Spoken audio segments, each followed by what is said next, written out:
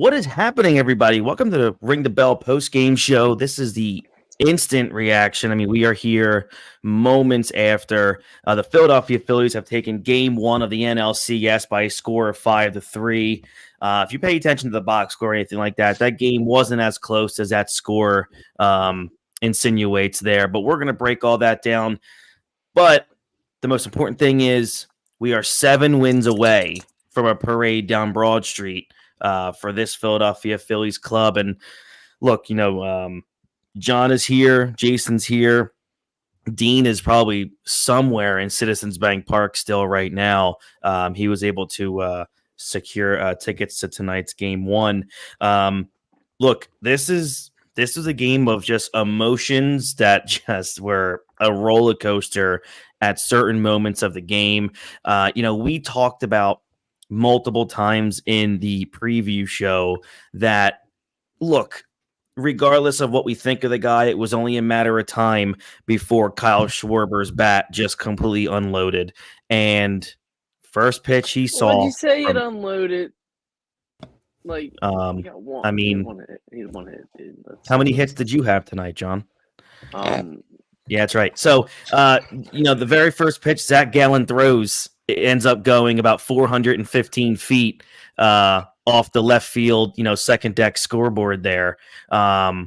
Just an unbelievable tone setter. Jason, I'm going to start with you. I mean, look, you kind of felt like once Schwarber hit that home run, it's like, yeah, I don't think the Diamondbacks have a chance tonight. No, pitch number one. We said it all last series, and I think that was one of the keys that we talked about last night, right? Schwarber needs to have himself a series. As John just said, it was one hit, but it's the way it happened. Lead off the game. You haven't been doing nothing. You get that home run, get the crowd. And the pitcher's already shook. Yeah, and then you get turned. You're like, okay, and then he actually pitches to Bryce, and Bryce deposits. It's like it was. He pitched to Bryce that last at bat too. They got him out, but like, why the hell are you pitching to him with? I know. After a 3-0 count, I was quite shocked. The 3-0 count, Ron Darling got him out. Ron Darling, who was the third member of the booth, who seemed to be the only guy who said anything positive about the Phillies, was like stunned the entire at bat by Harper. They're like, I cannot believe they're actually trying to pitch to him. No. This is just something you don't do when you're up 2, when you're down 2, and Turner's sitting there on second base, and you're gonna actually try to throw strikes to this guy.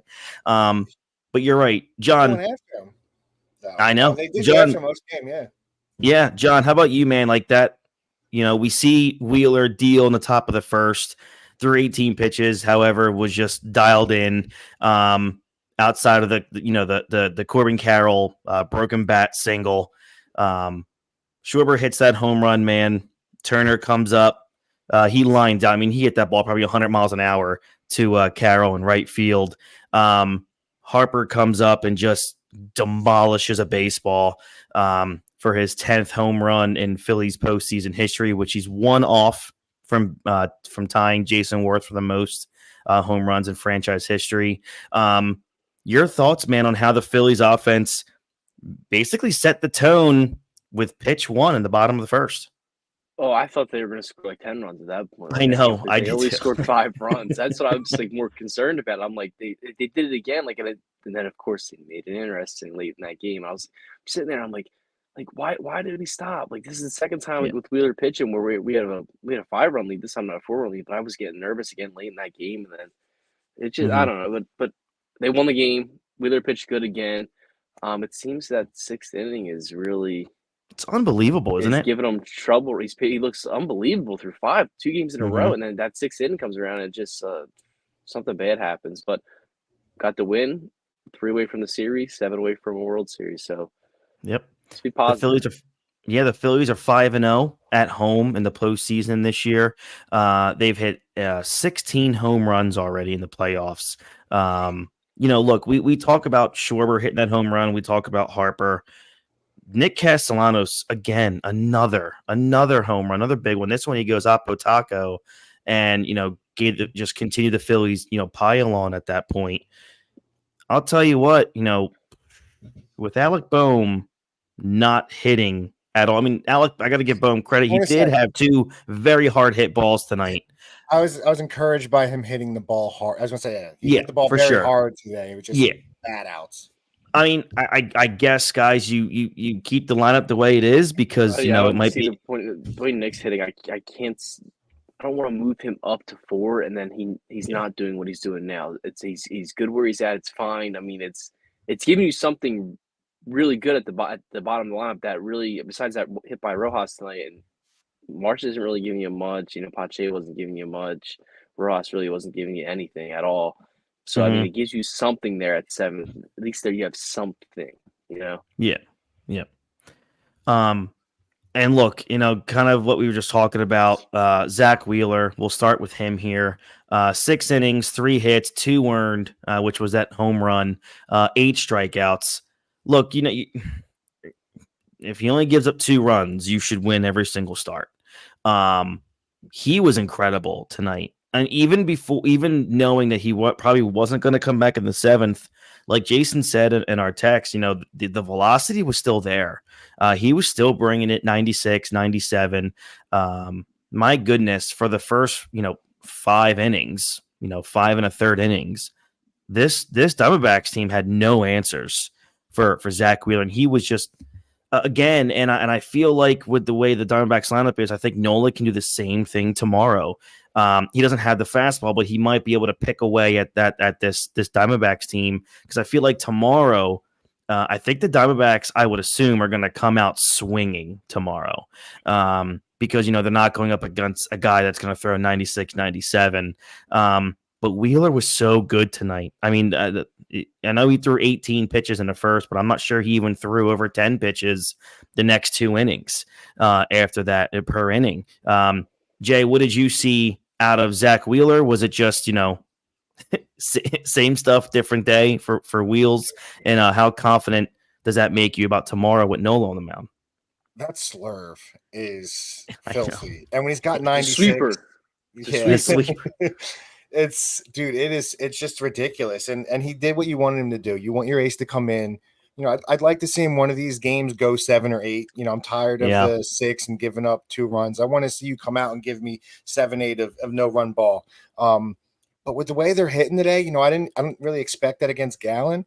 But they hit him well. And the way Nola, I expect Nola to continue it. Just like I said last time, I'm still a believer in Nola. I think he comes out and he's going to give us 7, just like he did last time. And I think this offense keeps rolling. They're feeling it right now. And the guys that, Harper's feeling it, Casty's feeling it.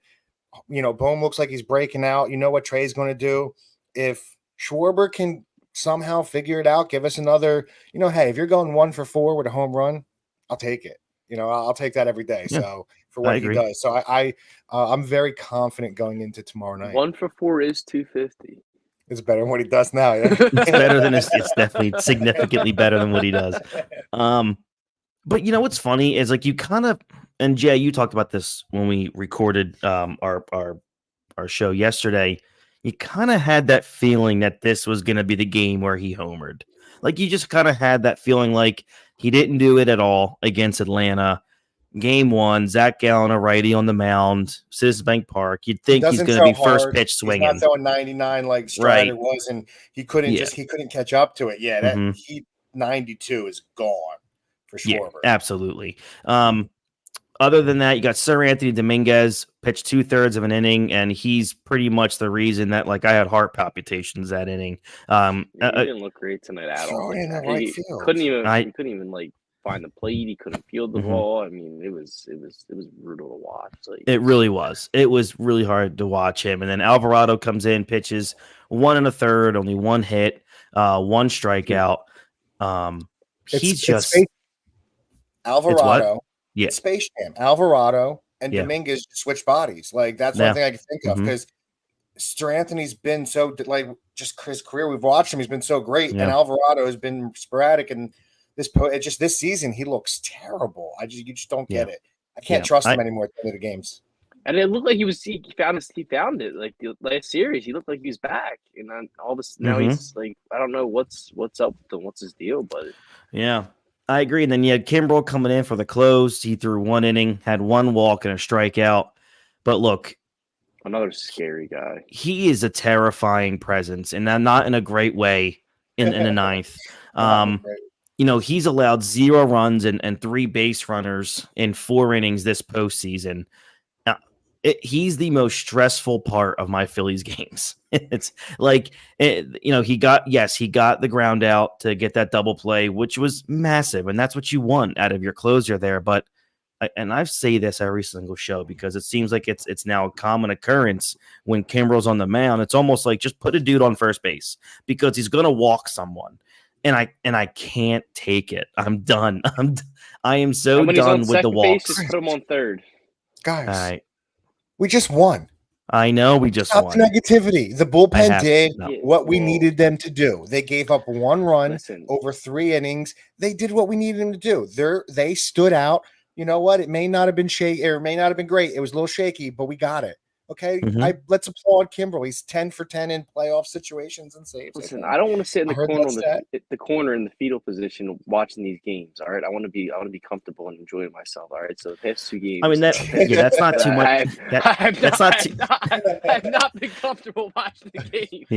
Yeah. That's not too much to ask for, please, to be a little bit comfortable watching these 8th and 9th innings. Why does the offense go into cruise control? Because it feels like, again, after that 5th inning, they kind of shut it down. So why do they? What's the what is the reason for that? That's what I want to know. Like, you can't feel comfortable. Some games it's like it's great. It's great to watch, and I don't know. It's just a weird. It's baseball. It's a weird sport. It's just weird. Yeah, they scored a run in the 5th. And then that was it. 6, 7, 8, 6, 7, and 8. Nothing. Against the bullpen, absolutely it's nothing. not really great. Yeah. Yeah. That was the weird part for me. But overall, the Phillies have won all 7 game ones of the last 2 playoffs. They're 10-0 versus the National League at home over these last 2 playoffs. They have out-homered teams in the playoffs these last 2 years, 32-9.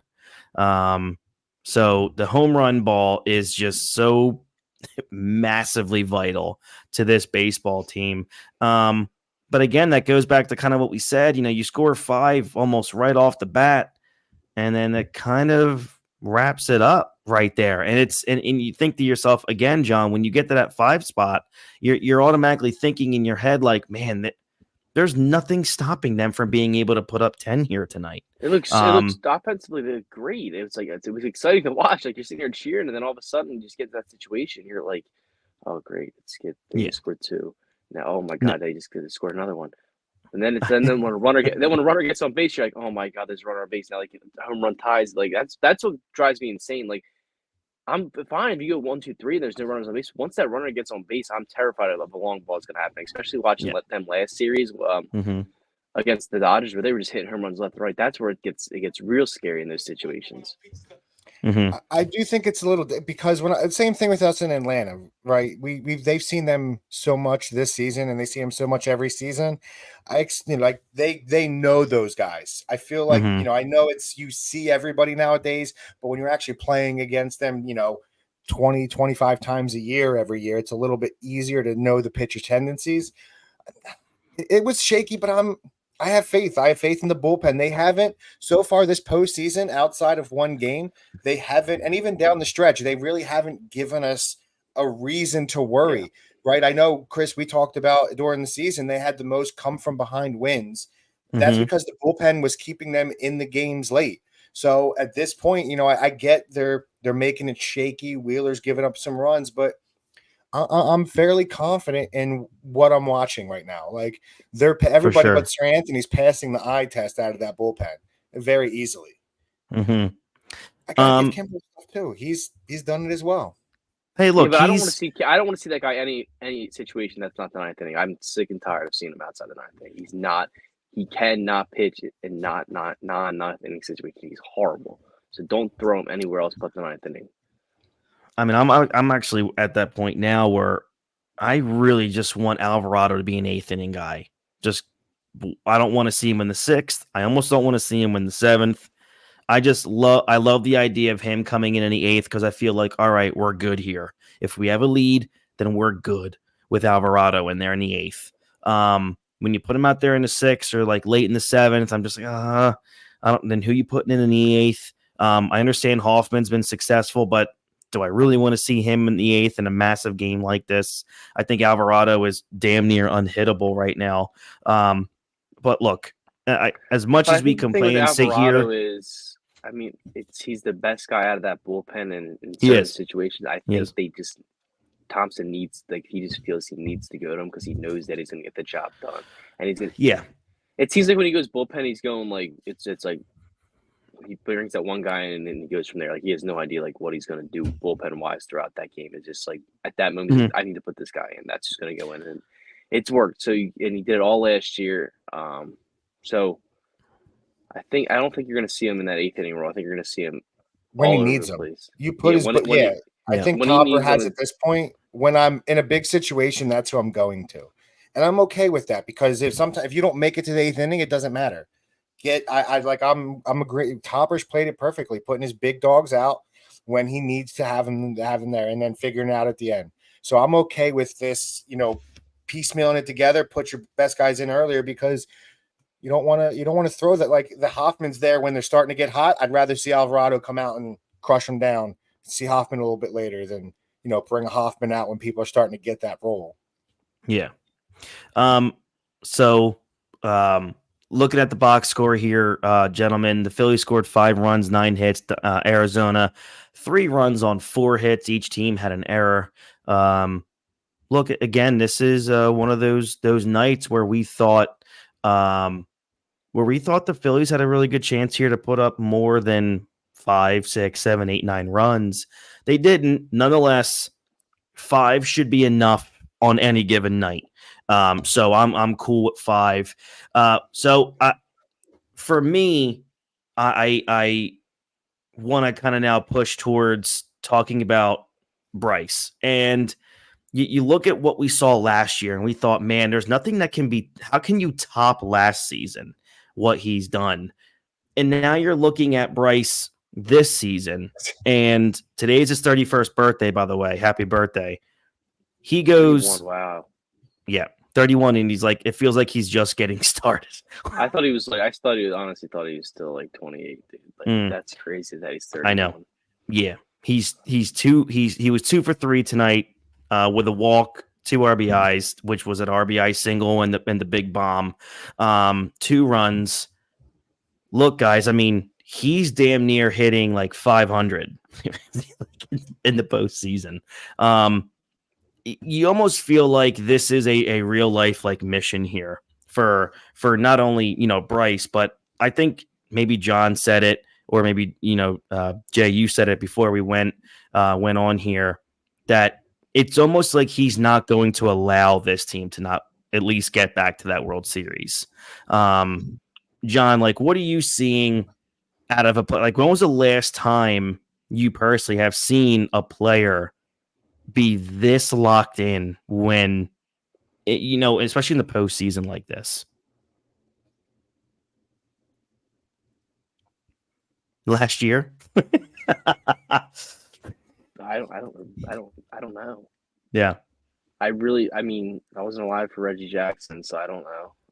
None of us. Yeah, we weren't alive for that. World Series bump gardeners, really. I feel like that's. I mean, that's about. I mean, when he's in the World Series, I mean, you're talking. That's about it. I mean, even Cole Hamels in the playoffs. That's another. I mean, I can say him because he was unbelievable in the playoffs. I mean, I'm pretty sure he's like second all time in playoff ERA, minimum 50 innings. So I mean, there's real. I don't know. I mean, it's. I don't think there's ever been a 2-season stretch like this. I can't recall anybody having back-to-back seasons of postseason that are this good.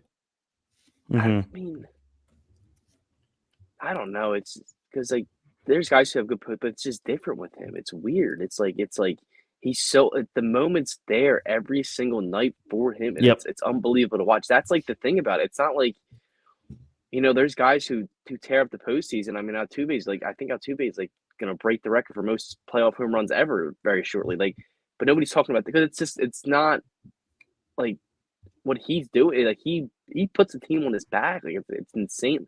It's crazy like how he's just out there every single night, and he gets all that. Nobody gives anybody else that for playoff baseball.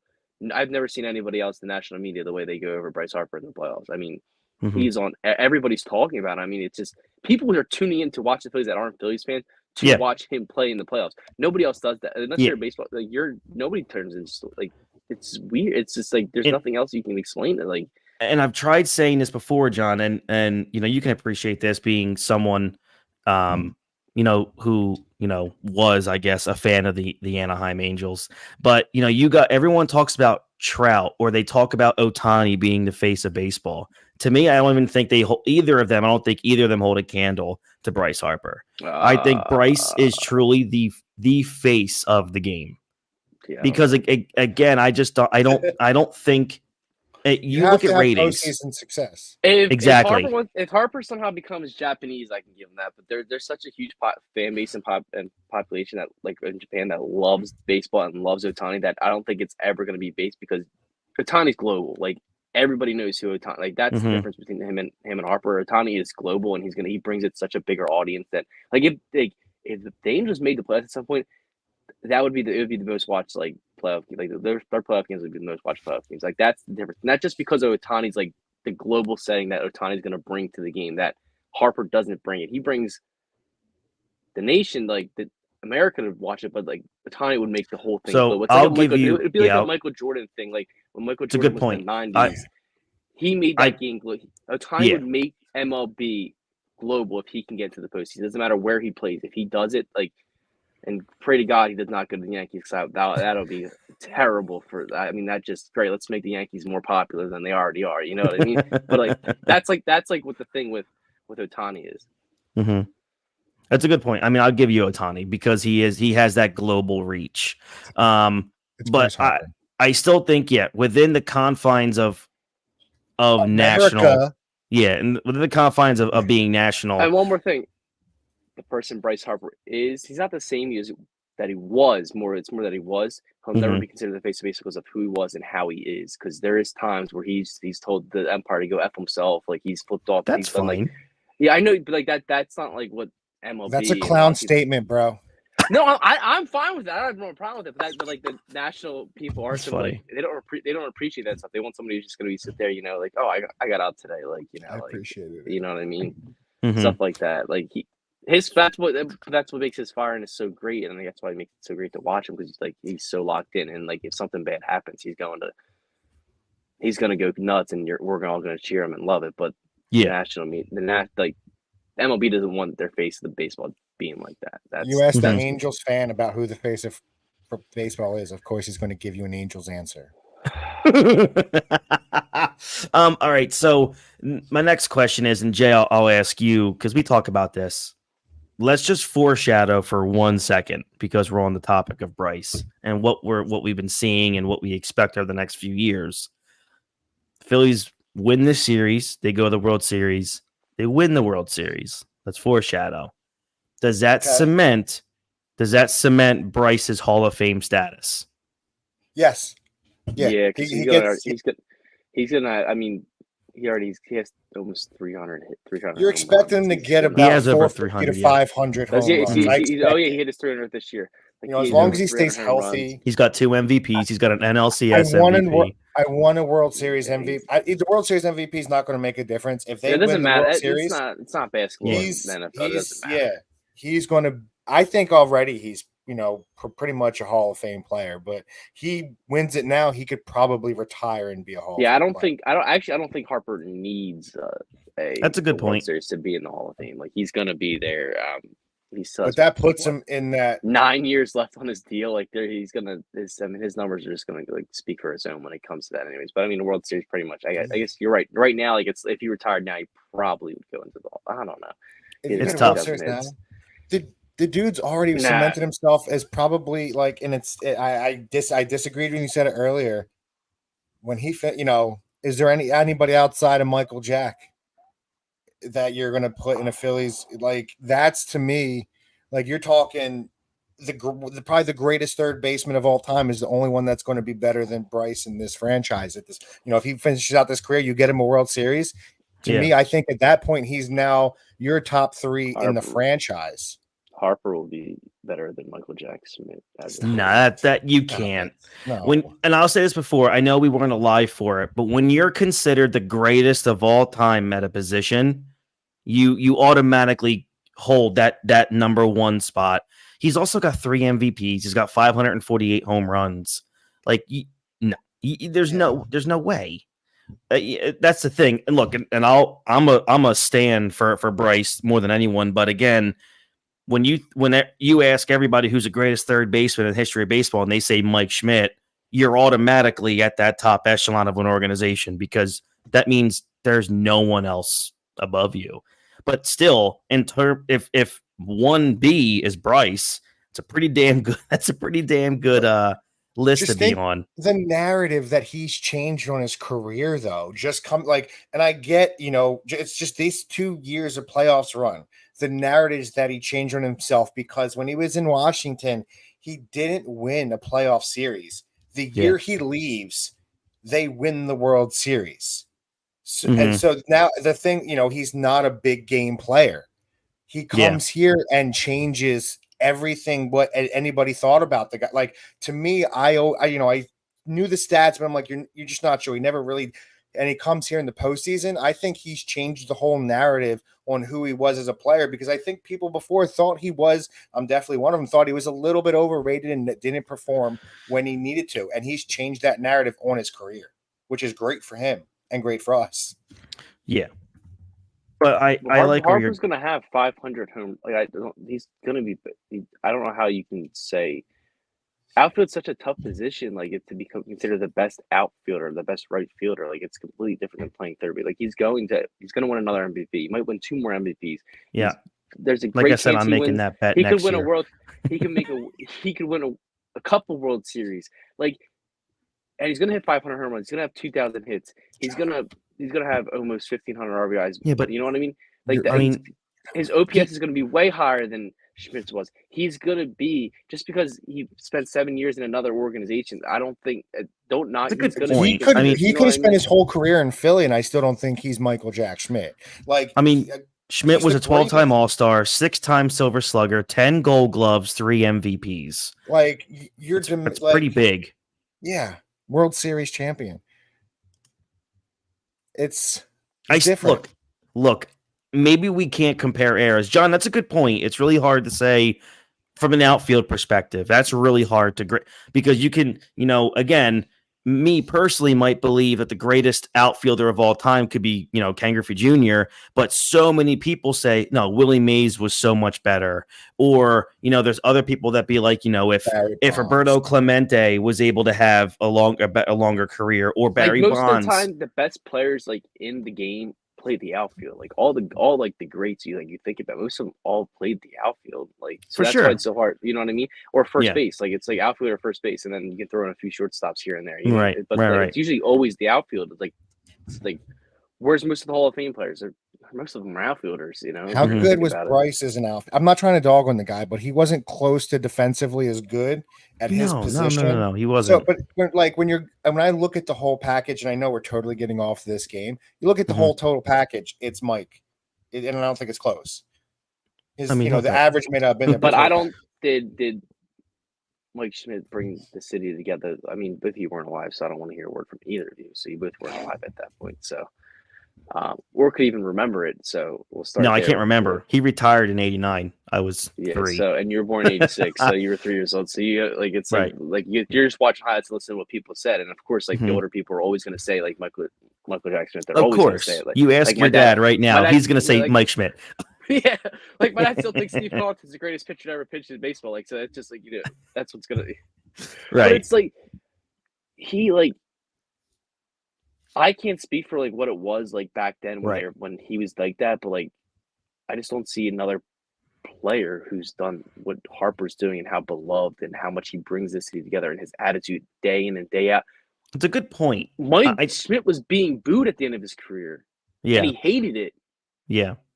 I will say Harper get booed at the end of his career. I don't think we'll ever see that. Jay, I will say, MVPs and was being booed at the end of his career by the Phillies. Jay, I will say, I think right now it's still Schmitty, but if he's going to do what if Bryce is going to continue on what he's doing now, then I think it's something that will be discussed at the end. I mean, that's the only thing. I think it'll be a conversation. I don't think it's one of those clear-cut things, but I think it'll definitely be a conversation. I think the biggest question right now for Bryce, how much do injuries play a role in the rest of his career? That's the that's problem. He's got to stay healthy. Because the last few the seasons, it's actually been his whole career pretty much. I mean, when was the last time he's played a full season? I mean, Schmidt played under 145 games 3 times in an 18-year career. Yeah, so he came into the league with 2 bad knees. So. I don't know if Bryce is around. Bryce will probably see the end of that contract, but I don't think we're going to see 145 games a season for the rest of his career. If he ends up with over 500 home runs, a near 300 career batting average, which he could do, I don't see that happening. Maybe another 282 hitter career. That's a 280 is close to a 300 hitter for a career. Schmidt was 267. And then you look at maybe if he wins another MVP, that'll give him 3, 2 with the Phillies. If he wins another World Series, if he wins 2 World Series, that's 1 more than Schmidt. Look, I'm not here to compare. Let's get back to the topic at hand here. And we could talk about that. Could be a conversation for when we need stuff in the off season. So to wrap things up here, we have game 2 tomorrow night, 8:00. Aaron Nola on the hill, up against Merrill Kelly for the Diamondbacks. From after what you guys seen tonight, I said Phillies in 5. I know Jason said Phillies in 6. I know Dean said Phillies in 5 as well. Do you guys expect the Diamondbacks to get a win in this series after seeing anything tonight? Has any of your predictions or thoughts on the rest of this series changed at all? Yes. If Phillies win tomorrow, they don't come back to Philly. And I don't think it'll be a sweep. I think it'll be 5. I think Arizona will get 1 at home. But if they win, which I 100% I believe they will, I don't think it gets back to Philly. Yeah, I think they win in 6. And I think the Phillies actually lose tomorrow. I hate to say it. Really? I think they lose tomorrow. I just don't see it. I just don't know how they can. Not in Philly. Yeah, I just don't. I know. I don't want to say it, but for some reason I feel like it's just like I still don't have the confidence that Jay has in Nola. That's like my thing. I understand. And this lineup is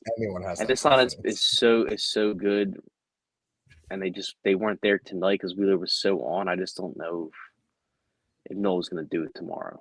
And I don't think it's going to be I don't think they're going to get blown out. I think it's going to be a very competitive game, but like a 7-5 ball game somewhere in that range. But I don't know if I feel like I don't know. I'm just not feeling it. I think it's going to be. So you think Merrill Kelly shuts down this offense? No, I think they score like 3 or 4 runs off them. I just think the Diamondbacks score more.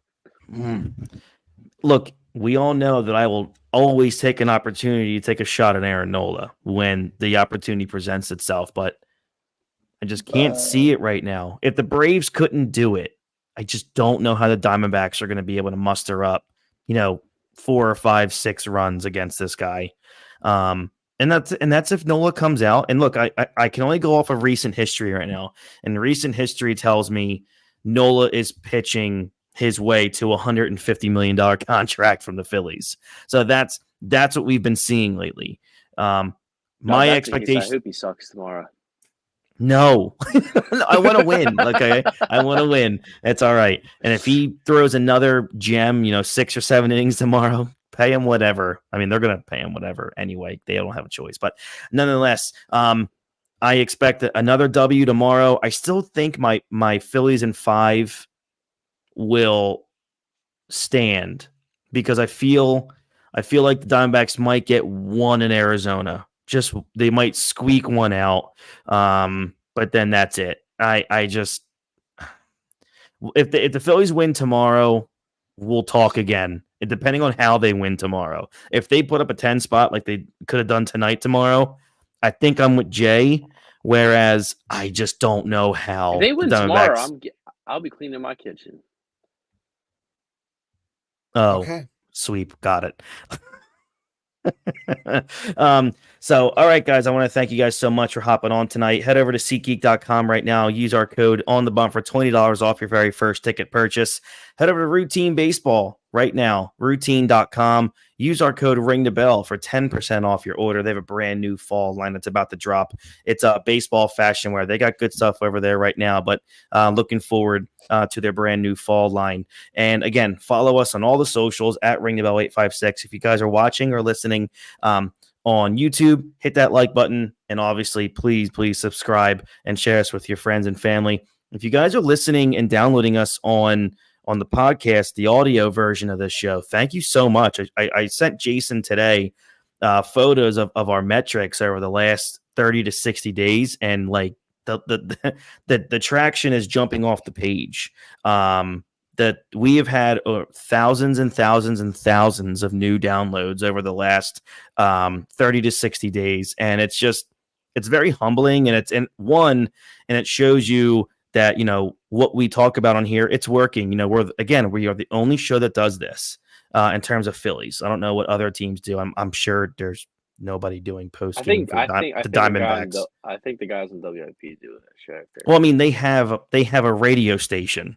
No. They do a podcast. The High Hopes podcast, but they do that live on the air. So they call it the High Hopes, post game, and then maybe they post something after that. But still, they're backed by a huge radio station there. So, but no, in terms of independent shows, we do it more than anybody else out there. So credit to everybody here, and we're going to keep doing it. We'll be back here tomorrow post game, win or lose. I'm pretty certain it's going to be a win, and we're looking forward to all that. So again, thank you to everybody that listen on YouTube or watch on YouTube and download and listen on your way to work, on your way home from work, like John cleaning the kitchen. If you're listening to us while you're doing all that fun stuff, thank you very much. It's greatly appreciated. All right, guys. We'll see you guys. See you all tomorrow night. I'm Chris DeFrancisco. That's John McElroy and Jason Kent. And we'll catch you guys here tomorrow night. And as always, go Phils.